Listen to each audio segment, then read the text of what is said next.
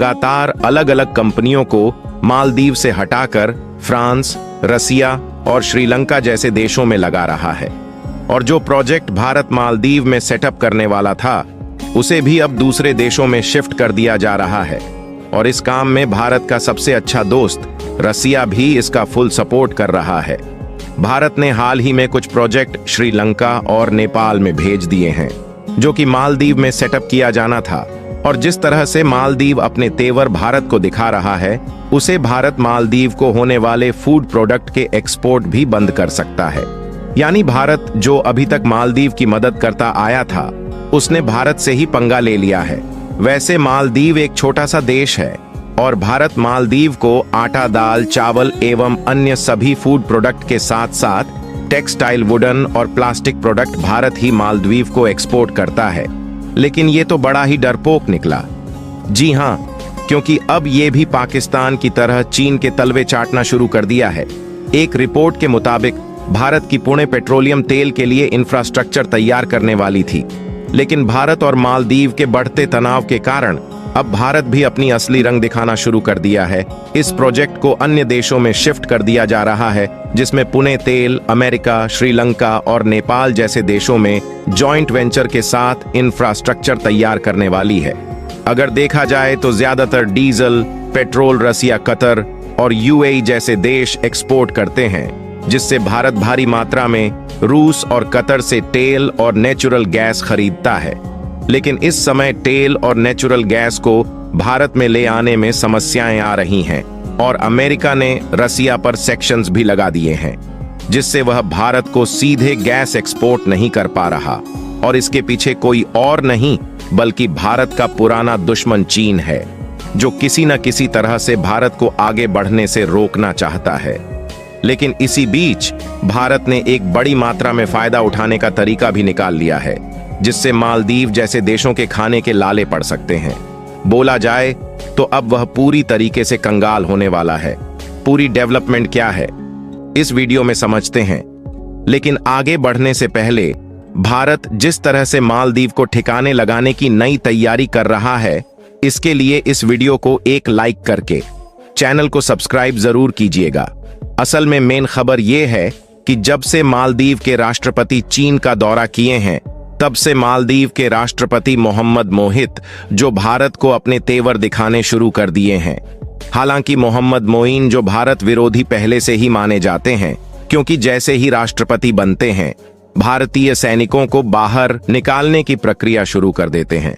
और उनकी दूसरी सबसे बड़ी गलती यह थी कि यह भारत से मिलने के बजाय चीन और तुर्की जैसे देशों की यात्रा करते हैं, जबकि भारत मालदीव की हर कठिन से कठिन परिस्थितियों में पहले भी मदद करता आया था। यहां तक कि साल 2014 में जब मालदीव के डिसैलिनेशन मशीन यानी कि समुद्र से पानी फिल्टर करने वाली एक बड़ी मशीन में आग लग गई थी, तो उसे समय भारत ने वाटर ऑपरेशन शुरू करके एक बड़ी मात्रा में मालदीव में पानी पहुंचाया था। वैसे तो कुलदीप की जिन कठिन परिस्थितियों में भारत ने मदद की है, उसको भूलना नहीं चाहिए, लेकिन मालदीव अब उसे भूल चुका है। लेकिन जब मालदीव ने भारत के द्वारा किए गए एहसान को भुला दिया है, तो भारत भी अब मालदीव से दूरियां बनाना शुरू कर चुका है। अभी तक तो मालदीव और भारत का विवाद केवल इन्हीं दोनों देशों के बीच था, लेकिन जब से मालदीव के राष्ट्रपति मोहम्मद मोइन चीन के साथ मिलकर भारत के खिलाफ 20 एग्रीमेंट पर समझौते किए, तब से भारत और मालदीव का विवाद और ज्यादा बढ़ना शुरू हो गया।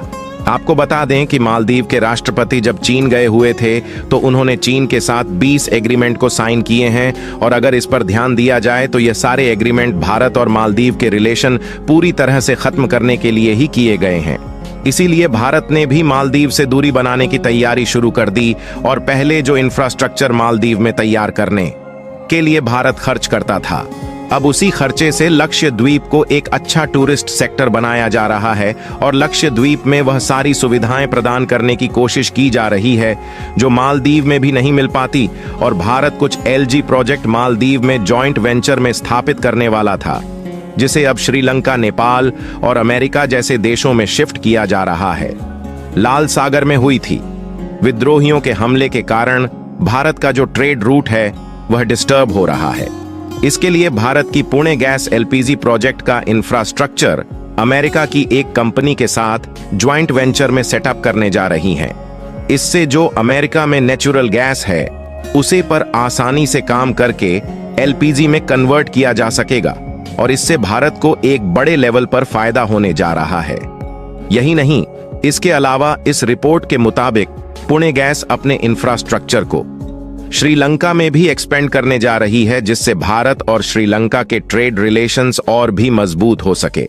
अगर भारत श्रीलंका और नेपाल जैसे देशों के साथ ट्रेड रिलेशंस कमजोर करता है तो चीन उसमें कूद सकता है, लेकिन भारत इस गलती को बिल्कुल भी नहीं करने वाला है और श्रीलंका के साथ अपने ट्रेड रिलेशंस को पहले से ही मजबूत करना शुरू कर दिया है।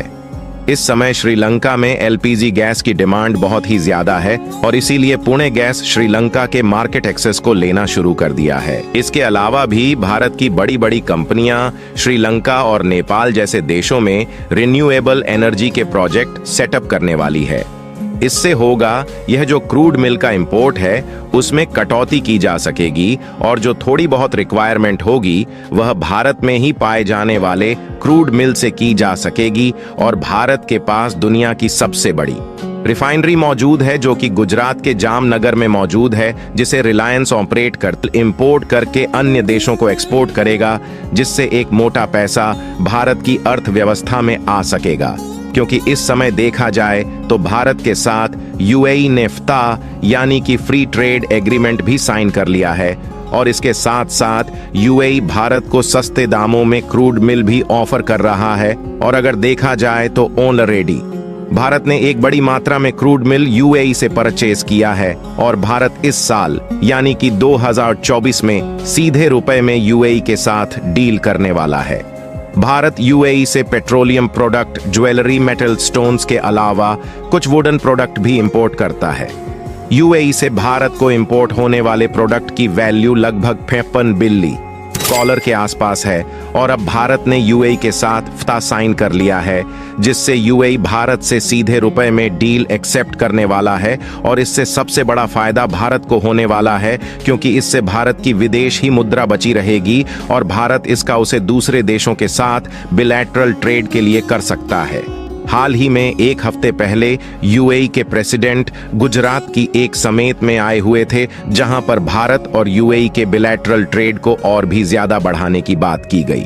इसके अलावा भारत से यूएई को होने वाले एक्सपोर्ट में लगातार इजाफा देखने को मिल रहा है, जिसमें हर साल लगभग 3 बिलियन की बढ़ोतरी हो रही है। यदि पिछले ईयर भारत से यूएई को होने वाला एक्सपोर्ट देखा जाए तो उसकी वैल्यू लगभग 32 बिलियन के आसपास है। यानी कुल मिलाकर भारत ने अन्य देशों के साथ अपने बिलैटरल ट्रेड को बढ़ाने की प्रक्रिया शुरू कर दी है। इसके साथ साथ जो प्रोजेक्ट मालदीव में सेटअप किया जाना था उसको अन्य देशों में शिफ्ट किया जा रहा है और भारत के सभी लोगों ने मालदीव के एयर टिकट और होटल की बुकिंग को कैंसिल कर दिया है, जिससे मालदीव की पूरी अर्थव्यवस्था सड़क पर आने की कगार पर पहुंच चुकी है। चीन भले ही मालदीव का साथ देने की बात कह रहा है, लेकिन वह इस तरह से मालदीव को कर्ज में डूबता चला जाएगा। अगर आप देखें तो मालदीव वही गलती कर रहा है जो गलती को कुछ सालों पहले श्रीलंका ने चीन के साथ हाथ मिलाकर की थी।